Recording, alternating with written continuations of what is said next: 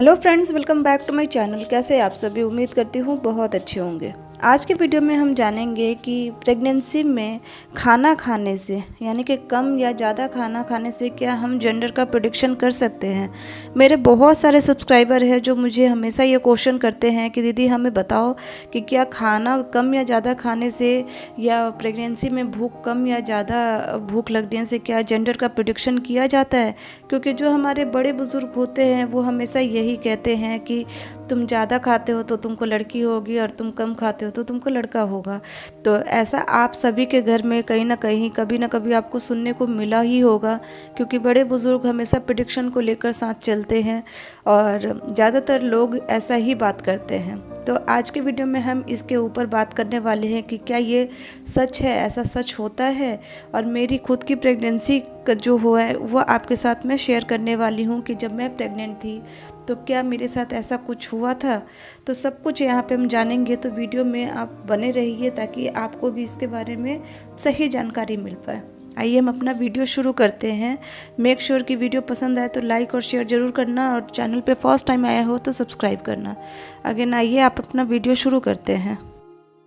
जब भी कोई महिला प्रेग्नेंट होती है तो डॉक्टर उसे हमेशा पौष्टिक आहार खाने की सलाह देते हैं, एक से ज़्यादा बार खाने की सलाह देते हैं। नॉर्मल डेज़ में हम 3 खुराक लेते हैं, लेकिन प्रेगनेंसी में डॉक्टर हमेशा बोलते हैं कि हर 2 घंटे 3 घंटे पर कुछ ना कुछ खाते रहना चाहिए, जिससे कि बच्चे को सही मात्रा में प्रोटीन, न्यूट्रिशन सब कुछ मिल पाए। जो बच्चा नीड करता है उसको सब कुछ वो मिल पाए, क्योंकि माँ जो खाती है उसी से बच्चे को पोषण मिलता है। लेकिन हर प्रेगनेंसी अलग अलग होती है। डॉक्टर तो कहते हैं सही से खाने के लिए, लेकिन क्या प्रेगनेंसी में ना हर बॉडी अलग होती है।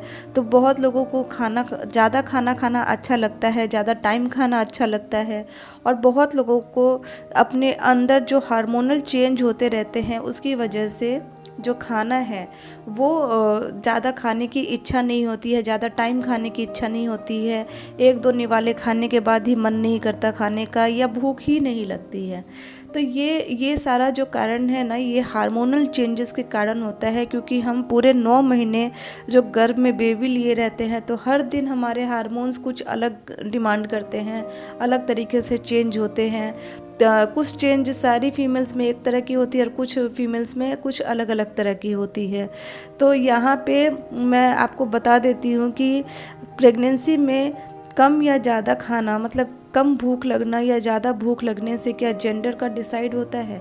तो जी बिल्कुल ऐसा नहीं है कि कम भूख लगने से आपको लड़का होता है या ज़्यादा भूख लगने से आपको लड़की होती है।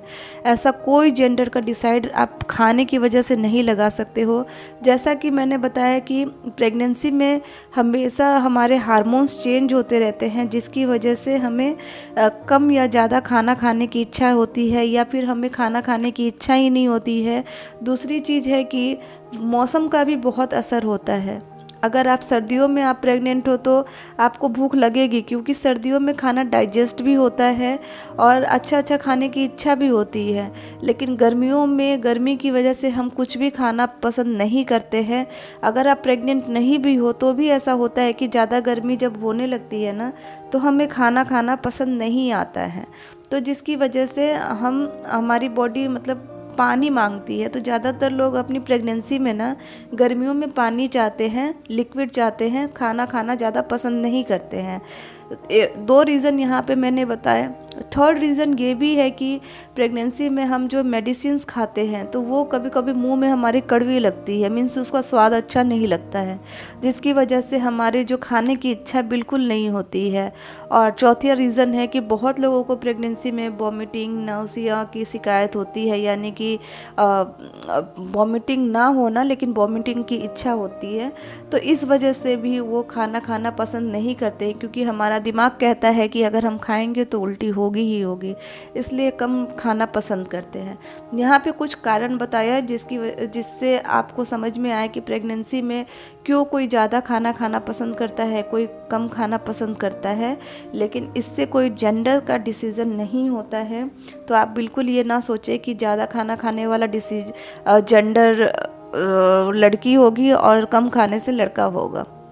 अब यहाँ पे मैं अपना एक्सपीरियंस बता दूँ। जब मैं प्रेग्नेंट थी तो उन दिनों मेरी प्रेगनेंसी गर्मियों में स्टार्ट हुई थी और गर्मी में ही मेरी डिलीवरी हुई थी। मीन्स चढ़ती सर्दी में मेरी प्रेगनेंसी स्टार्ट थी और गर्मी में मेरी डिलीवरी हुई थी। पहले 3 महीना में सब कुछ सही था, मैं नॉर्मल जैसे खाती हूँ वैसे खाती थी। लेकिन सर्दियों में ना फिर मुझे जब बेड रेस्ट बता दिया गया था, क्योंकि मुझे ब्लीडिंग की प्रॉब्लम थी, तो उस समय मेरा जो चलना फिरना कम होता था, इसलिए खाना मेरा जल्दी डाइजेस्ट नहीं हो पाता था, जिसकी वजह से मैं कम खाती थी। अगेन जब मैं गर्मियों में आई, मीन्स 16 जून को मेरे बेबी का बर्थ हुआ था, तो ये अगेन गर्मी था, तो मेरा 3rd ट्राइमेस्टर पूरा गर्मी में ही गया है। और गर्मी में जब मैं 3rd ट्राइमेस्टर में आई तो बिल्कुल भी खाना खाना पसंद नहीं करती थी। वजह यह थी कि एक तो मैं कच्छ में थी, कच्छ में इतनी गर्मी होती थी कि एसी चलाने के बाद भी समझ में नहीं आता कि घर में एसी चल रहा है, इतनी गर्मी थी, जिसकी वजह से नहीं खाना खाना पसंद करती थी।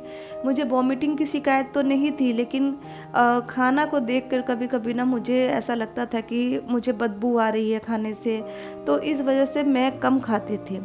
अब इससे मैं ये नहीं बोलूँगी कि इसी वजह से मुझे बेबी बॉय हुआ, क्योंकि बेबी बॉय या बेबी गर्ल जो होनी है वो माँ बाप के वो हमारी प्रेगनेंसी के पहले 3 महीने में ही डिसाइड हो जाता है। एक्चुअली में जब हम प्रेग्नेंट होते हैं, जब पता भी नहीं होता है कि बेबी का जेंडर क्या है, क्योंकि नॉर्मली अल्ट्रासाउंड में पता चल जाता है कि बेबी का जेंडर क्या है, वो भी 4 महीने में पता चलता है।